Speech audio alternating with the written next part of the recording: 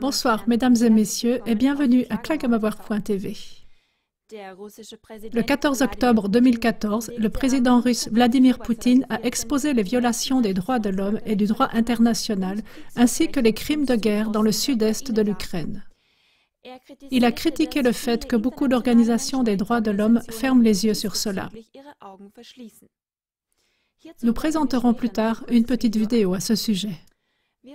Nous évoquons brièvement la tragédie qui se déroule dans le sud-est de l'Ukraine et qui n'est pratiquement pas rapportée dans les médias occidentaux.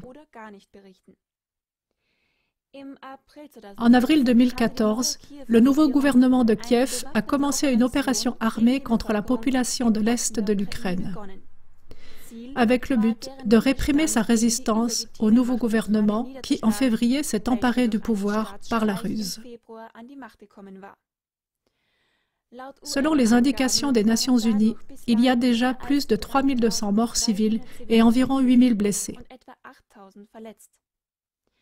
Le vice-chef du gouvernement de la République populaire de Donetsk, qui n'est pas reconnu, Andrei Pourguine, a déclaré le 22 septembre 2014 qu'environ 4000 civils avaient été tués dans l'est du pays.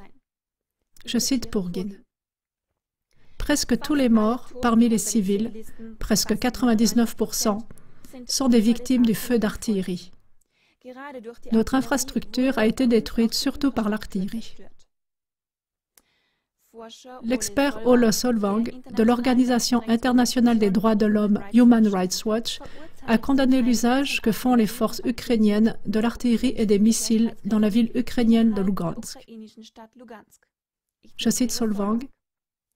L'usage des armes explosives avec une portée d'une telle étendue dans une ville habitée par des civils est absolument inacceptable et conduit inévitablement à faire des victimes parmi la population civile. En plus, des fosses communes sont découvertes depuis quelques mois dans l'est de l'Ukraine.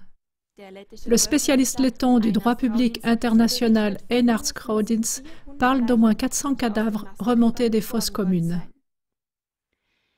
L'Organisation pour la sécurité et la coopération en Europe, l'OSCE, parle de 3 fosses communes qu'ils ont découvertes.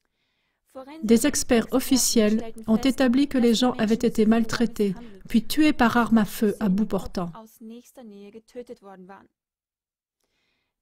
L'armée populaire d'Ukraine de l'Est avait trouvé ces fosses dans la région de Donetsk et a rapporté qu'il s'agissait plutôt de victimes civiles dont beaucoup avaient été mises dans un état épouvantable à tel point qu'il était difficile de les identifier. Andrei Pourguine, le vice-chef du gouvernement de la République populaire de Donetsk, a annoncé que les fosses se trouvent dans des régions auparavant contrôlées par l'armée ukrainienne. Le ministère des Affaires étrangères, les parlementaires ainsi que les défenseurs des droits de l'homme en Russie demandent l'examen de ces crimes de guerre. Le délégué aux droits de l'homme du ministère russe des Affaires étrangères, Konstantin Dolgov, reproche à l'Occident d'avoir des doubles normes. Je cite, « Certes, l'Occident demande toujours la lutte contre l'impunité et s'adresse aux organisations comme la Cour pénale internationale, mais maintenant, l'Occident hésite. » Face à ce constat, nous vous montrons maintenant une contre-voix qui s'oppose au reportage des médias occidentaux, un bref extrait du discours de Vladimir Poutine du 15 octobre 2014, mentionné au début de cette émission. Au revoir et à bientôt sur KLAD.TV. Хочу затронуть еще один очень острый вопрос, который никто из нас, который никого из нас равнодушным оставить не может.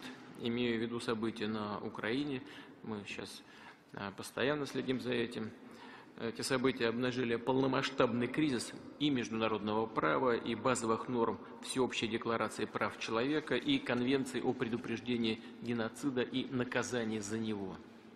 В массовом порядке нарушаются статьи 3, 4, 5, 7, 11 Всеобщей декларации прав человека ООН 1948 года, статья 3 Конвенции о предупреждении преступлений геноцида и наказании за него от 9 декабря 1948 года. Мы стали свидетелями двойных стандартов в оценке преступлений против гражданского населения на юго-востоке Украины, нарушение фундаментальных прав человека на жизнь, личную неприкосновенность. Люди здесь подвергаются пыткам, жестоким и унижающим их достоинство наказаниям, дискриминации и неправосудным решениям. К сожалению, многие международные правозащитные организации закрывают глаза на происходящее, лицемерно отворачиваются от этого. А что происходит сейчас в ходе избирательной кампании? Вот это тоже эти избирательные права. Ну что, мы не видим, что ли? Ну, избиение на каждом шагу несогласных, унижение их и так далее. Ну что же это такая за демократия насаждается на этой территории? Знаю, что члены Совета заняли здесь честную позицию, неоднократно выезжали на места событий, помогали тем, кто оказался в сложной, иногда безвыходной ситуации. Я хочу вас всех за это поблагодарить и сказать, что, разумеется, мы будем поддерживать и это направление деятельности. Но хотел бы вас призвать к осторожности, конечно, имея в виду и личную безопасность. Хотел бы сегодня, конечно, поговорить и на эту тему, услышать ваши оценки.